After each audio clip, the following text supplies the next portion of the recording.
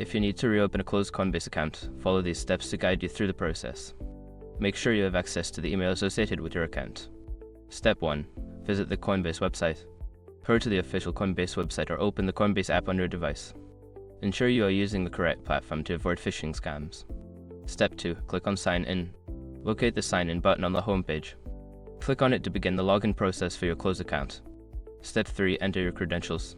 Input the email address and password associated with your closed account. If you have forgotten your password, use the Forgot Password link to reset it. Step 4. Follow account recovery instructions. Before starting recovery, use the /com link in the description to open the account recovery checklist generator and make sure your verification details are ready. Step 5. Contact customer support. If you cannot access your account through the previous steps, reach out to Coinbase customer support.